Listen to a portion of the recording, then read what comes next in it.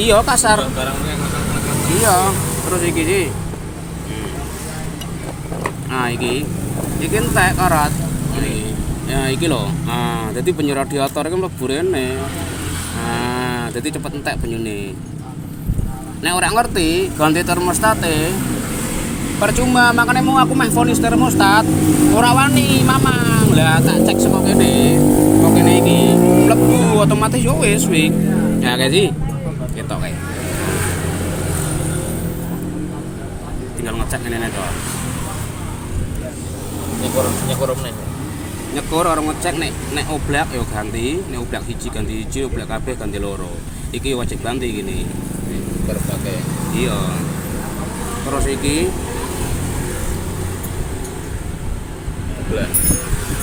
tapi kok gampang iso toleransi nih gue. Selama oblak kanan kiri ora masalah, nggak ora munggah mudun. Kita iso ora munggah mudun iki. Iki ganti yo jebot. Ora tapi 80.000 siji sing biasa. Kowe atau beden kan beda. Honda Vario. Unit Honda Vario. Ini gejala yang pertama, air radiator mudah habis atau cepat habis dalam jangka waktu kurang lebih 1 minggu setelah diisi atau ditambah air radiator di bagian tempat reservernya. Itu konsumen mengeluhkan beberapa hari kemudian airnya itu habis ya. Ini data yang pertama. Kemudian saya cek untuk bagian termostat. Saya tidak memvonis bagian termostat dulu karena ini radiator sifatnya itu sangat detail sekali. Ketika saya mesin nyalakan kurang lebih hampir 15 menit sampai 25 menit itu di bagian termostat selang bawahnya itu hangat.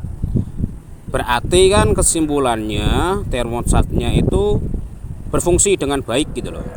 Nah kemudian saya bongkar, singkat cerita saya bongkar. Nah yang bermasalah itu di bagian packingnya atau perpaknya lah, kurang lebih seperti ini. Nah ini indikasi yang pertama, perpaknya itu mengalami korosi sehingga air radiator atau coolant itu masuk ke bagian sistem ruang pembakaran. Intinya airnya itu masuk ke ruang pembakaran. Nah ini juga mengalami korosi atau terhimpit oleh sisa lem ya, sisa lem perpak atau lem packing lah.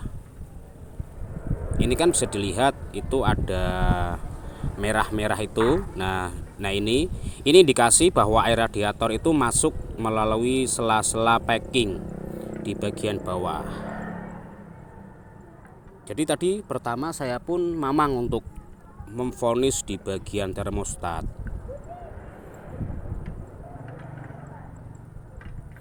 Ini sekalian untuk pengecekan di bagian kompresinya, karena sekalianlah untuk menaikkan performa, juga penggantian di bagian seal clamp. Karena ini sekalian melakukan pembongkaran, juga sekalian melakukan analisa di bagian spare part mana yang perlu diganti atau perlu diperbaharui, kurang lebih seperti itu. Dan saya juga mengecek di bagian batang klep sama bos klep.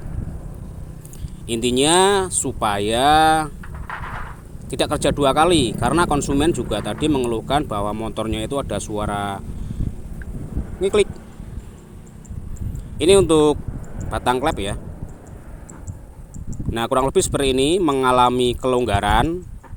Nah ini mengalami kelonggaran. Kemudian yang klep in juga sama, mengalami kelonggaran.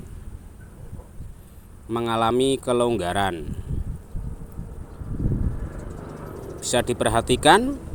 Nah ada space ya. Ini masih menggunakan seal clamp. Untuk yang innya masih menggunakan seal clamp. Nah ini saya lepas. Nanti pasti ada perbedaan lebih signifikan ketika tidak menggunakan seal clap. Biasanya goyang atau space-nya itu terlalu longgar banget. Nah, ini bisa dilihat. Nah, kalau seperti ini ya silahkan konsultasikan dengan konsumen. Tadi saya sudah konsultasi dengan konsumen. Kalau memang harus diganti ya ganti, karena ini sifatnya di dalam mesin. Tidak bisa ditunda lah istilahnya. Kalau ini suatu saat mengalami trouble kan harus bongkar seperti ini lagi.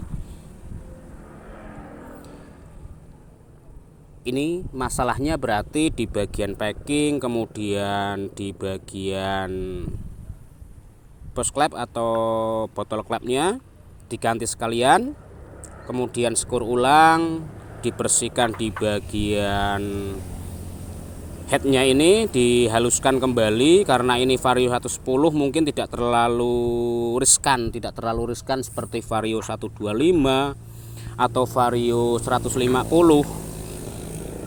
Kadang riskan kalau boringnya atau kopnya itu mengalami ngulet atau melintir lah istilahnya. Nah, ini masih ada kompresi balik. Sebenarnya bagus, cuman batang klepnya ini sudah mengalami kelonggaran. Berbeda halnya dengan di bagian klep in. Ini klep in saya tutup, tidak ada kompresi balik. Nah, saya tutup seperti ini, kemudian saya tarik di bagian batang klep. Tidak ada kompresi balik secara elastis, yang artinya bos klep itu sudah mengalami kelonggaran. Dan ini batang klepnya masih bagus. Nah, ini masih ada toleransi sebenarnya. Alangkah baiknya diganti dua-duanya lah. Tujuannya supaya tidak kerja dua kali. Awet, konsumennya awet, kita kerja juga tidak terkena komplain lah. Kemauan saya kan seperti itu. Ini untuk pelatuk rollernya. Ciri-cirinya kalau space-nya naik turun tidak masalah. Maaf, kalau kanan kiri itu speleng tidak masalah, tetapi kalau naik atas bawah atau oblak itu disarankan untuk penggantian di bagian pelatuknya. Ini masih bagus untuk yang in. Kemudian saya cek untuk yang bagian X. Untuk yang bagian X ya. Ya, saya sarankan ketika siapapun membongkar bagian head ya dicek seperti ini. Lakukanlah pengecekan lah. Ini masih bagus untuk space-nya. Tidak ada goyang atau kelonggaran lah. Jadi tinggal ini bersihkan, berarti dilakukan penggantian nanti di bagian batang klep, kemudian skur klep, bersihkan bagian headnya sama buringnya, diamplas, kemudian ganti packing, selesai. Untuk nokon as bagus, tidak ada goresan sama sekali. Ingat, kemudian untuk Vario ini, jenis Vario ya, ketika ada goresan sedikit di bagian nokon as itu sangat berpengaruh.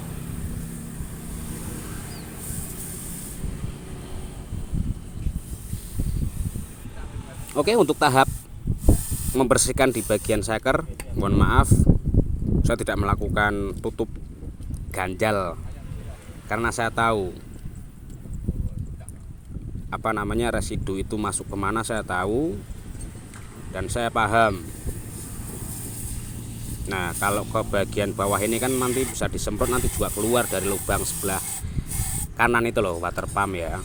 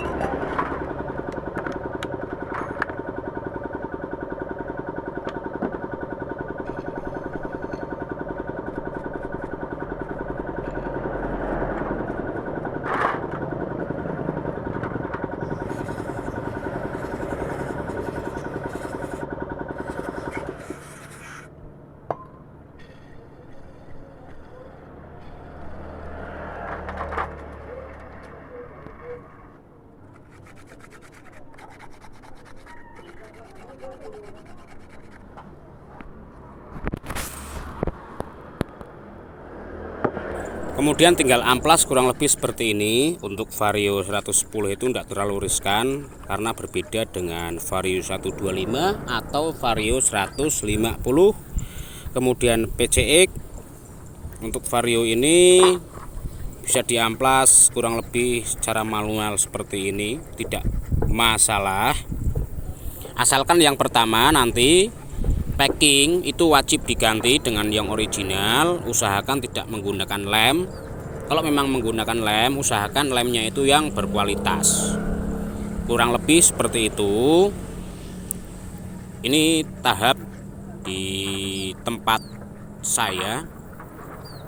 Cara penanganannya kurang lebih seperti ini.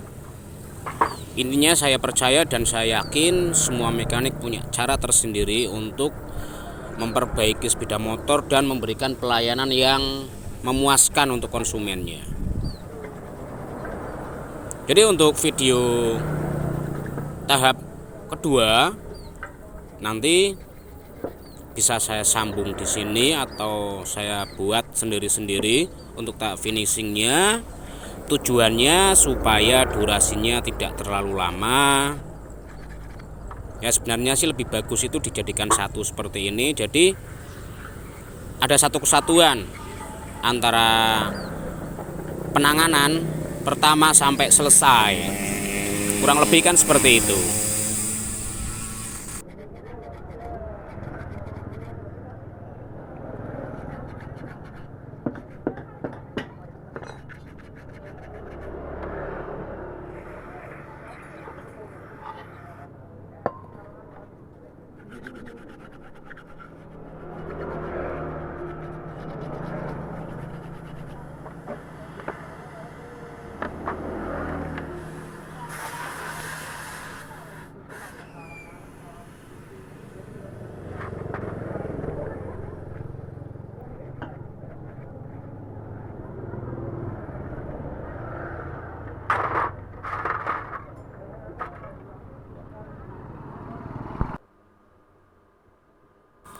Kemudian untuk pemilihan seal klep, walaupun batangnya sama-sama di 5, batang klep 5, itu usahakan untuk bagian seal klepnya supaya diperhatikan.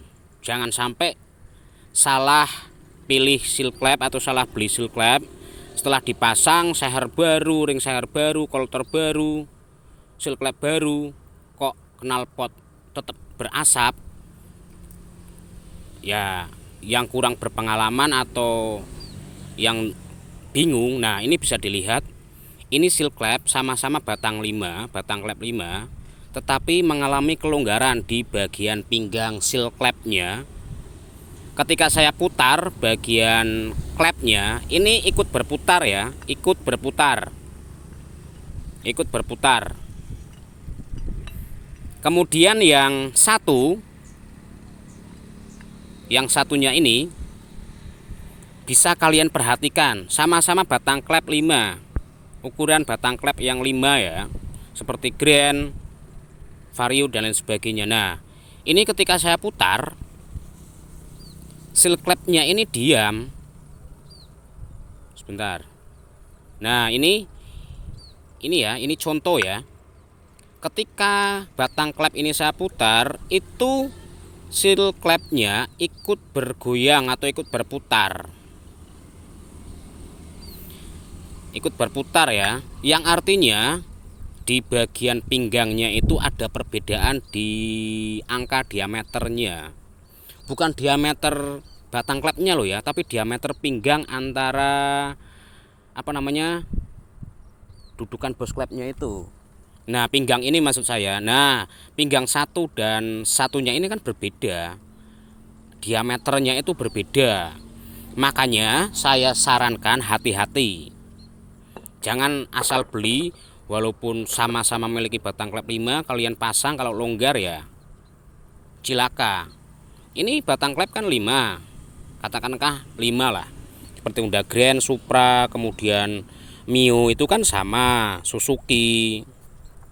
Tapi di pinggangnya itu berbeda. di bagian pinggang itu berbeda. Ini kan ukuran batang 5 ya. Ini mumpung masih di tukang bubut, saya sekalian untuk mereview atau memberikan arahan. Nah, kurang lebih ini angka 5. Mohon maaf kalau saya salah, bisa dikoreksi lah.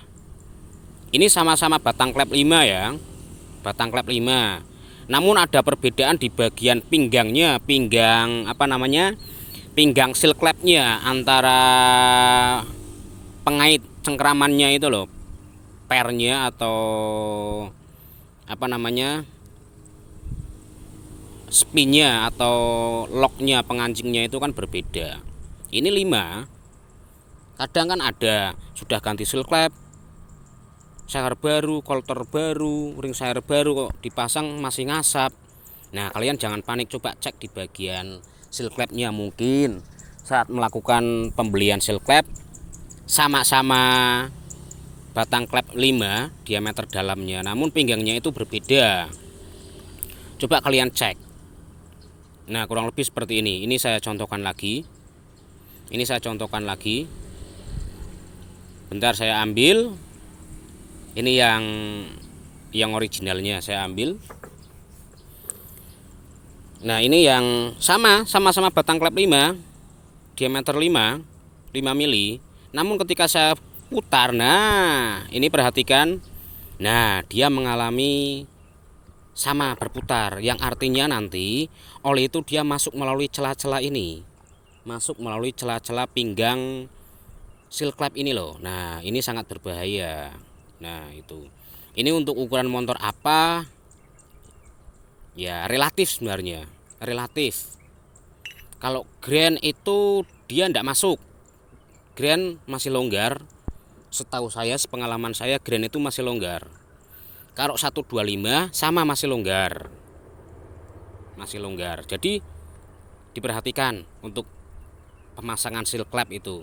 Benar-benar diperhatikan walaupun sepele. Nah, kurang lebih seperti ini ya. Ini goyang.